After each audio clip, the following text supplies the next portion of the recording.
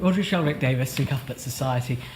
I am speaking on this motion as a person who's a bit conflicted. As a friend of Andrew Adonis, the man who instituted tuition fees, as a constituent of Nick Clegg, the man who raised them, and as the son of a university lecturer.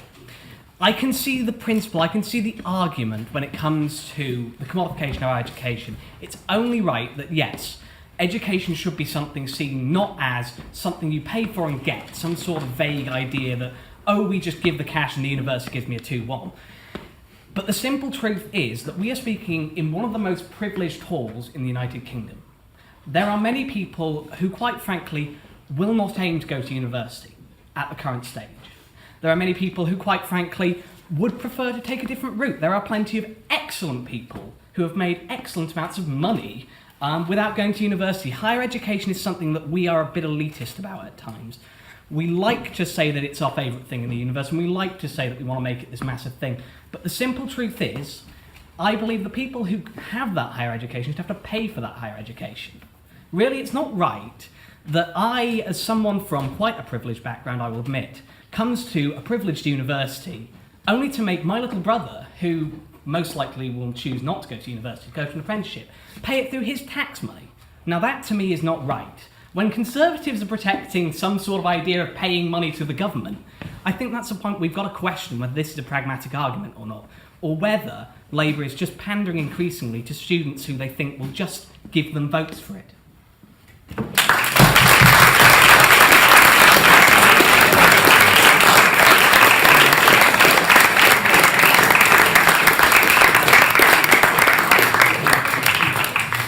Any further points?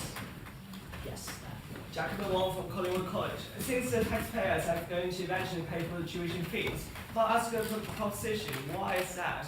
You're willing to pay for more than your own tuition, but also the complete strangers who are going to graduate but not pay tax at all. Not only the poor people, but some cheeky bankers and some and some international corporate manager also.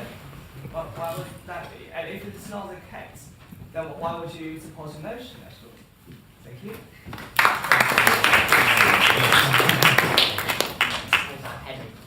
quite a difficult contribution to follow,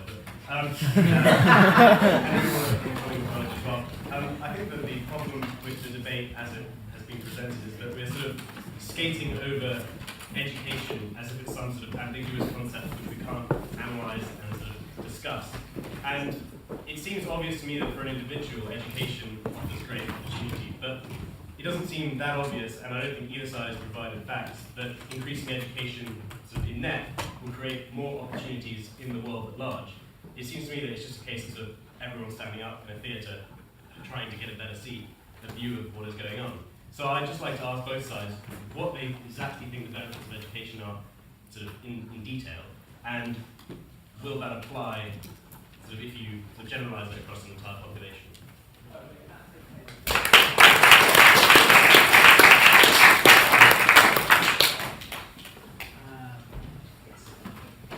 Lucas Walker, in Cuthbert Society. I hope that the rest of the opposition can answer my questions, because once I took major issue with 3 of the first speaker's points, I stopped keeping count.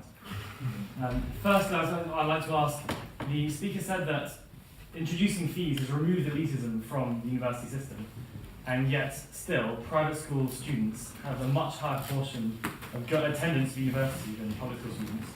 And I'd like to ask how that statement can be made. Secondly, he said that more money should be spent on hospitals and schools than university, and that's why the decision has been made to introduce tuition fees.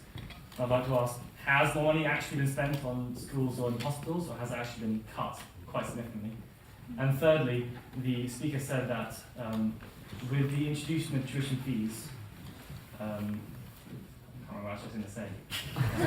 With the introduction of tuition fees, attendance to university has massively increased, and this is repeated by the second speaker, without actually any evidence at all of a causation or a link between the two factors. I'd like to ask if there's any proof that the introduction of tuition fees has actually increased attendance in any way. Thank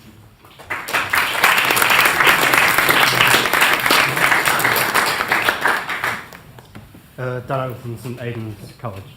I just want to touch on something which I don't think has been said by anyone, and that's looking at the alternative route. See, before we have tuition fees, we have all of these university spaces and people aren't paying a great deal. And so the balance between choice and competitivity in the market isn't really there. Why wouldn't you take university when you can get a degree and you don't have to pay a great deal? Now that we're paying these £9,000, albeit down the line, and especially for working class students when they stop being working class because they're actually now making a certain amount of money, we now have a situation where people are looking for alternatives, and they're getting alternatives because the market is providing them with alternatives. In my backwater in Furness, we've got BAE Systems, which is producing some of the best naval technology in the world. We've got GlaxoSmithKline, which is finding some of the best pharmaceutical solutions to the world's health issues. These are attracting an insane amount of students from my area that are all being drawn from state comprehensive schools, which are also sending people to universities. And they're being able to go to these places. They are being paid to do their job and learning apprenticeship, and they're being paid to get a degree at universities like Manchester, which is a Russell Group university, or places like Liverpool. So now what we have is we have more innovation, we have more choice, and therefore we have more opportunity for people to do better for themselves.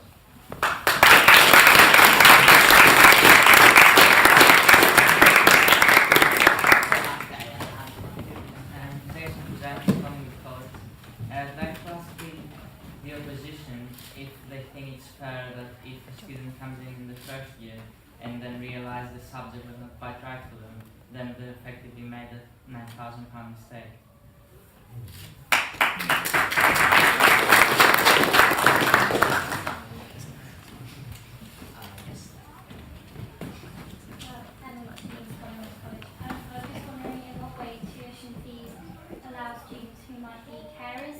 Or have someone dependent on them allowed them to go to university, because if they have someone that can look after, how are they going to go and get to pay those back? And it's not just the debt tuition fees, it's the debt payments loan and all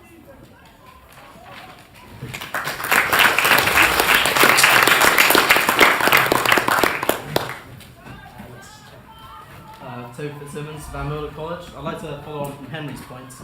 I think a lot of students like me, we go to university, we spend government money, we don't turn up to lectures, and we don't learn anything relevant to our future careers, primarily. Cheers, Victor. But the value of higher education is to prove that you're smart, hardworking, and can put up with boredom for 3 years. By allowing 50% of the country to there's 50% of young people going to university. This devalues the value of a degree as less hardworking, less intelligent people to go to less universities.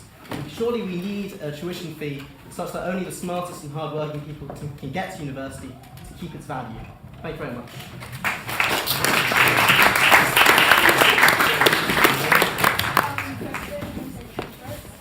I'm an international student from Canada, and one of the things that drew me to Durham was that it had an education that was recognized in the law in my own country, and I know this is the same for a lot of foreign law countries. I think the statistic is about 50% of law graduates aren't actually UK citizens, and I was wondering how you would address problems like this, where there's a high demand for a certain degree within the UK education system, that if you were to make tuition free, I know that I end up paying more than double the usual amount, which I think is fair because I, in exchange, get this higher quality education.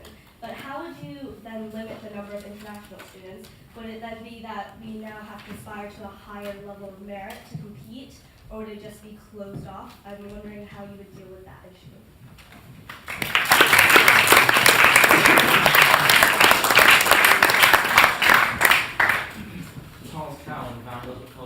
Mr. Bryan, you seem concerned by the fact that students are attempting to gain compensation for missed lectures during recent strikes. Do you think then that it's appropriate for a university to enter into a financial agreement with students and then not follow through with it? Thank you.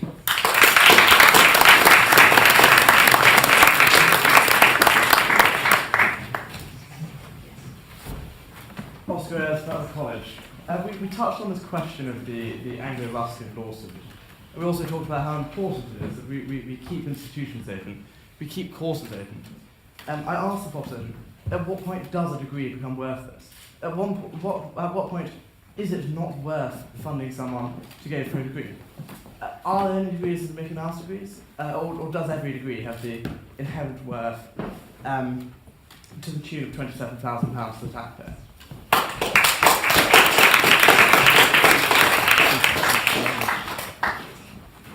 Following up on that last point, there have been suggestions that university tuition fees should be correlated to NSS results, with higher NSS results in different universities resulting in higher tuition fees. What do both sides think of this?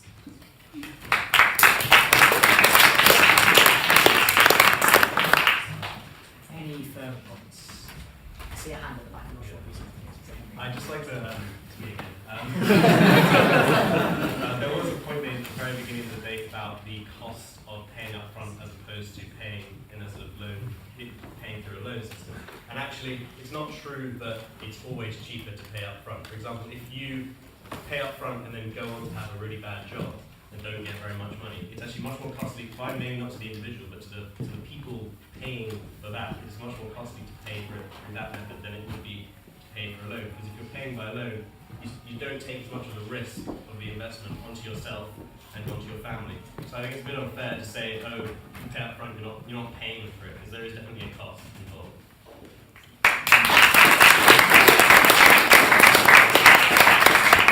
Actually, to add to that point, if you come from Wales, until now at least the government has paid 2,000 tuition fees, so we're in a very poor financial decision to not take out a loan, in fact.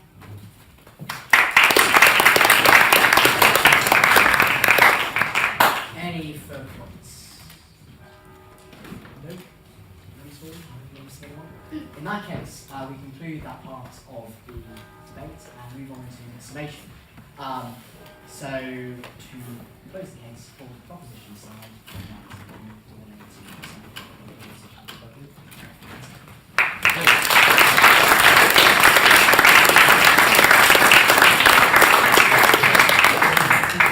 thank you ever so much for all those points and such a good debate. My colleagues on my side proposing, Dan mentioned that the interest rate that you will be paying borders on the illegal. The other thing which borders on the illegal is the fact that you were encouraged when you were 16 or 17 by universities to take out this loan for these tuition fees. If I tried to sell one of you a car when you were 17 on a hire purchase agreement, I would be locked up for the attempt to do that. John talked about the change of relationship. I agree, I think this is fundamental. You become customers.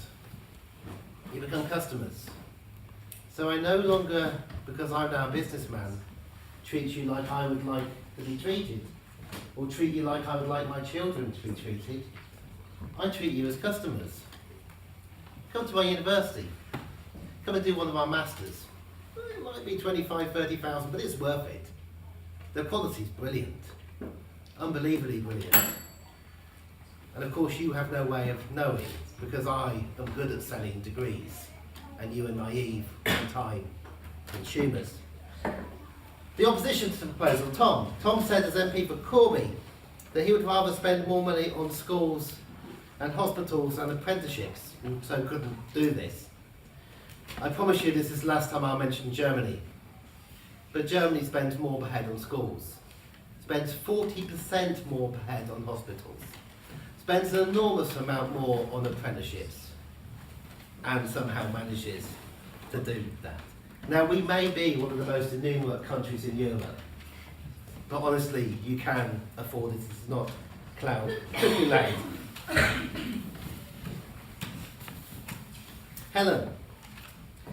Helen said that we are now part of the privileged just by being here today, and she is completely right. I tell this to my students, you're in exactly the same bracket. You are in the 0.01% of the best off young people in the planet. 99.99% of young people are in a worse off position than you, and I'll come to that at the end. I'm afraid Helen got her quotes of Jeremy Corbyn wrong. Jeremy Corbyn is an exceedingly boring man. He is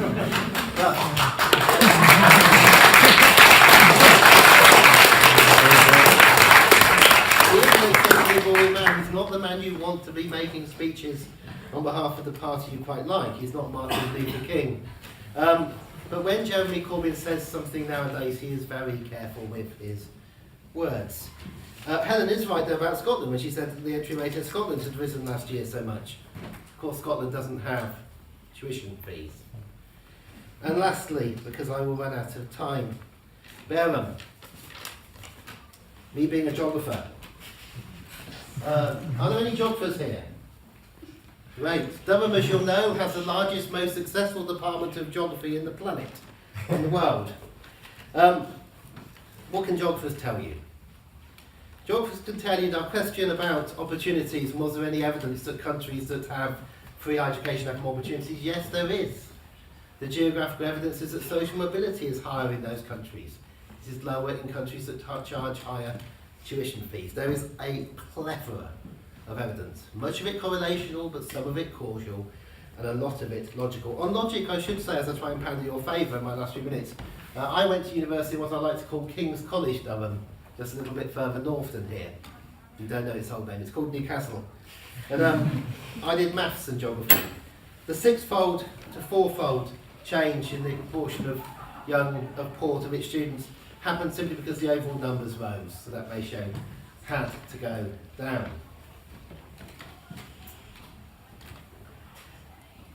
Geographical evidence, Cloud Cuckoo Land. How will higher education compete, as Bahram said, compared with ageing? Well, somehow they managed to do this in Switzerland, but they spend more on their higher education, have lower fees, and spend twice as much for health and healthcare than we do. So why can't we be like Switzerland? How will higher education compete with Trident and nuclear weapons? Well, somehow the French managed to fund their nuclear weapons and still spend more on higher education, and they don't pay these kind of fees. And Brexit.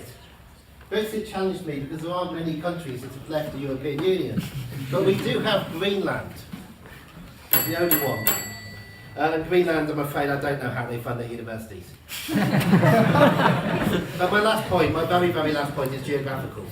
And it's the thing about the Helen's things about your privilege and how privileged you are. And as I said, the thing you should remember at the very start of this is that what is really unfair about this is that some families are choosing, because they know their children will get well paid, to pay the £27,000 up front. So as a university, the amount that you're paying to go to university, in this university collectively, is less per head. It is cheaper for you to come to this place than for the students who are going to Sunderland, Teesside, University of Derby, Northumbria. All these universities, they're having to almost all take out the loans, and they will have to pay far more. But you, at the University of Durham, just as my students at the University of Oxford, are paying the least in the country on average for your higher education, because some of your parents are paying it up front. It is in your individual selfish interest to support tuition fees, but it is not for the good of society. And you can show that you care for other people and you have a wider understanding by supporting this proposition. Thank you very much.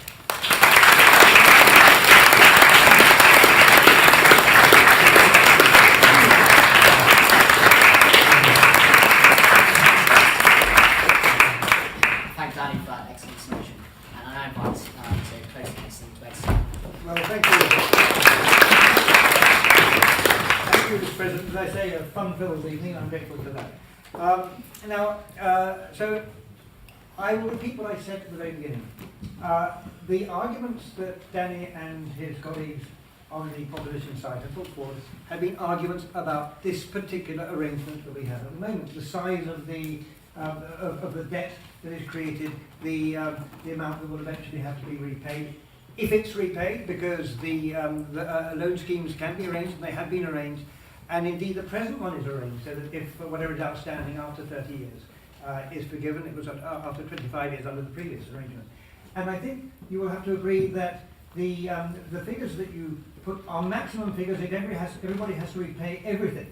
And it's known that the great majority won't repay everything. And that actually is a function, I'm afraid, of some of the, part of the dysfunction of the present arrangement, but it doesn't have to be like that. So really it boils down to whether you believe that, that at the end of this process, if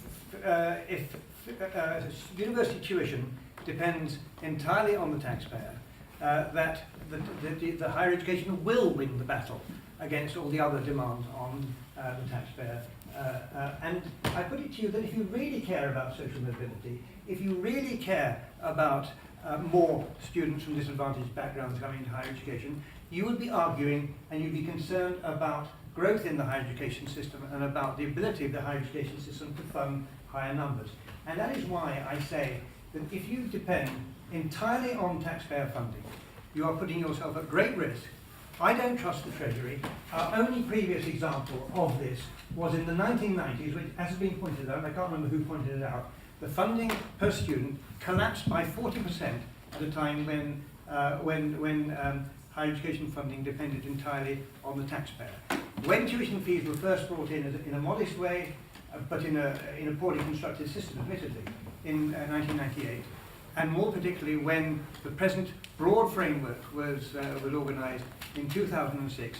Since then, higher education funding has increased significantly, and the number of students in the system has increased significantly. And as I said, the widening of participation has only ever occurred when the size of the overall system increased. You do not grow the system by taking privilege away from those who already have it.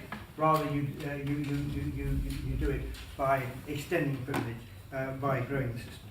So I urge you, if you care about social mobility, if you care about fairness, you will care about the growth in the higher education system, you will care about the extent of the funding available to it, and you will take a view about whether we're likely to get the funding we need in higher education, depending entirely on the taxpayer, which I regard as the la-la land approach. Or if you, and the alternative is to have a balanced system of funding, with some funding coming from students, the majority coming from the taxpayer, something very similar to what we had before.